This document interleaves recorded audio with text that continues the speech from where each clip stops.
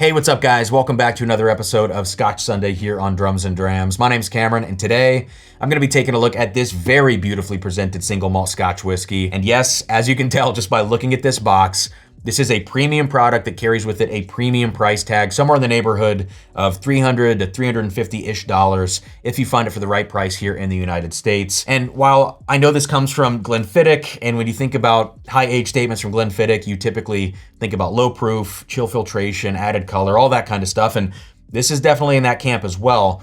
Even with that said, I'm really looking forward to this review because it's not often I get the opportunity to taste Scotch whiskeys with age statements this high coming to us, from core lineups from mainstay distilleries like Glenfiddich. When you think about Glenfiddich, Glenlivet, Glenmorangie, Macallan, once you get past 18 years, the price increase per year to get to 21, 23, 25, 30 plus years old, those price increases get pretty wacky. It's definitely an exponential growth curve, and it's not something that I can typically afford. So the best I can usually do is to get a sample of products like this. But the reason I have this entire bottle of the Glenfiddich 23-year Grand Cru in front of me is because we have a very generous Patreon member named Guy in the Drums and Drams Patreon who sent me this bottle completely free of charge, gift to the channel. And so I'm very excited about this. Thank you, Guy, for your generosity. I'm excited to get into this. And let me just show everybody very quickly, look at the presentation here. I mean, a little smooth turn action. You got this bottle in here, the gold, the black. I mean, this is just gorgeous. I am a little bit of a sucker for a good presentation, but I also am very critical of products when the presentation sucks. Like the most recent Remus Gatsby, I think it was the 2023 edition, had this like really crappy cardboard box for a $250 bottle, and I'm like, what are we doing here? This is a pretty cool presentation. I mean, whatever you think about boxes like this, I think this one is pretty cool. So enough yapping here at the beginning. Again, 23 years old, 40% ABV or 80 proof, presumably chill filtered, presumably colored. This is a blend of, I believe, ex-sherry and American oak. Scotches from Glenfiddich, then finished for approximately 4 months in first fill and second fill French cuvee wine casks, which are, going to end up becoming champagne essentially. So with all that said, thank you again, Guy. Let's go to the nose here for this Glenfiddich 23 and see what we get. All right, so first impression on the nose, very, very sweet and kind of, I would say concentrated. Even though this is 40% ABV on the nose, it really hits me out of the glass with these intense, fruity, fruit-forward concentrated notes.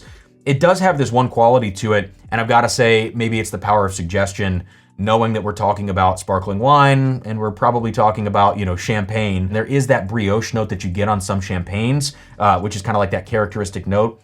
That is in this Scotch as well, which I think is a pretty cool addition to the profile. But underneath that kind of brioche thing, which is kind of the top layer to the whiskey, you do get this kind of vanilla icing characteristic, and then all of this fruitiness that underpins the nose of the whiskey. So in this case, I'm thinking about kind of rich dessert-like apple notes, which definitely reminds me of like a dessert wine, kind of like, Muscat or Muscatel finished products kind of come to mind. This has that kind of dessert wine, very sweet white grape quality to the whiskey, and I really like that about it. Now there also are some kind of darker fruit notes underneath that as well. Yeah, I would say there's also kind of this golden raisin note coming out of the glass, as well as maybe some sort of floral orange citrus component, if that makes any sense. And also in the background, I'm picking up a little bit of like a juicy blackberry note. So by and large, again, this is kind of this dessert apple, white grape, dessert wine, very fruit forward experience on the nose with a little bit of that brioche and kind of that vanilla icing sitting on the top. And overall, again, being this fruit forward, somewhat concentrated whiskey, even for 40% ABV, I actually kind of enjoy the nose. I know the price tag's high. I know people are gonna just automatically see the stats on paper and complain about this, but I think the actual experience of the whiskey itself is a pretty positive one. And on that note, I do need to say that this is a 23-year Scotch from Glenfiddich. And oftentimes when you smell and taste old Scotches that are proofed down like this, they don't actually smell and taste like old Scotches. They don't have that kind of oaky punch to them and kind of that older profile. But this Glenfiddich actually does carry with it sort of that antique, like old books, antique store, beeswaxy kind of quality that you start to pick up on scotches around 21 to 25-ish years old. What comes to mind for me is maybe like a Glenfarclas 25 or something. And there are some notes in here that kind of remind me of other older scotches. And I think that's really reassuring for this, again, very expensive core lineup, age-stated release that probably needs a few more proof points from Glenfiddich. So let's go to the palate now and see what we get. Cheers. All right, guys, so the first sip of this whiskey is absolutely freaking delicious. I've got to say, the nose set me up with high expectations. I kind of thought I was going to be let down, but the palate is pretty darn good, even considering 40% ABV. I feel like the balance of this whiskey is pretty much on point. I mean, yes, I would love to see it at 86 proof or 92 or, even 100 or something like that, but where it is now actually balances how fruit forward it is. It balances some of the tannic qualities that this whiskey has as well, because on the palate, it does have some level of grip to it, a little bit of a dryness, but not so much that it becomes unpleasant by any means. So I think it balances that kind of tannic structure with the intense fruitiness that this whiskey has, along with kind of these floral components that I talked about on the nose, that specifically that kind of citrusy orange thing, whatever that means. There is this floral component, and it balances the spice, the floral, the tartness, the tannic structure, and of course, all of that fruity sweetness. So first sip for me was not about the tasting notes. It's like, hey, is this thing gonna deliver at the proof at 23 years of age with that maturation, that additional French cuvee cask thing that they're doing to this? Are we going to pick that up on the palate? The answer is a resounding yes, and I think the results are pretty freaking awesome. So I'm gonna be really curious to find out from you guys watching this video, if you've had the chance to try this scotch, what you think about it. I know I'm gonna keep talking about the proof. I know it's easy to complain about the proof that it was bottled at. Put that aside. I wanna know what you guys think about this whiskey, just considering the experience, because I think this is pretty fantastic. So let's go back in for a second sip now. I mean, seriously, this is such good stuff on the palate. Up front, very dessert wine up front. That kind of decadent apple richness, white grape kind of notes.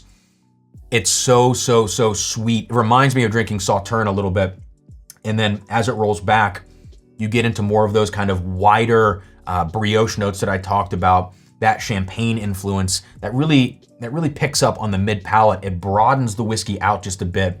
And then the spice now at the end of this experience, this kind of churning, I would call it maybe, a brighter kind of white peppery oak spice. It's not very rich spice by any means. I'm a fan. I'm a real big fan of this whiskey. I think the intended crowd for this 23-year-old, expensive Glenfiddich, probably not the whiskey enthusiast crowd, probably more of a gift or, a show off to your friends kind of thing for people that are kind of dipping their toe into whiskey a little bit. But even with that said, I'm gonna drink the crap out of this bottle and I'm going to enjoy every minute of it because I do think it has a lot to offer. And I'm gonna look up some online reviews after this and see what other people have to say, because I'm curious if they have similar experiences or if I'm just totally crazy by saying that this is good. Maybe it's just my inexperienced Scotch palate right now as I drink way more American whiskey than I do Scotch. But thank you again, Guy, for sending this my way. Do I recommend this bottle for somebody out there? Not necessarily, I think it's beautiful. It's a really cool gift for maybe a Scotch lover in your life that's not down the rabbit hole of drinking only cask strength stuff. I think it's good for that. It's probably not something worth, spending $300, $350 on. As an enthusiast, go look for an independent bottling of something else, $100, $200 cheaper even, and get a little more of a bombastic experience, sure. But I do think this is pretty good where it's at. The other one I would recommend maybe in place of this would be kind of like a Glenfarclas 25. I think that's a pretty solid option and pretty inexpensive when you compare it to this Glenfiddich. But that's gonna do it, guys. Let me know what you think. Like, comment, subscribe. Cheers, and I'll see you next time here on Drums and Drams.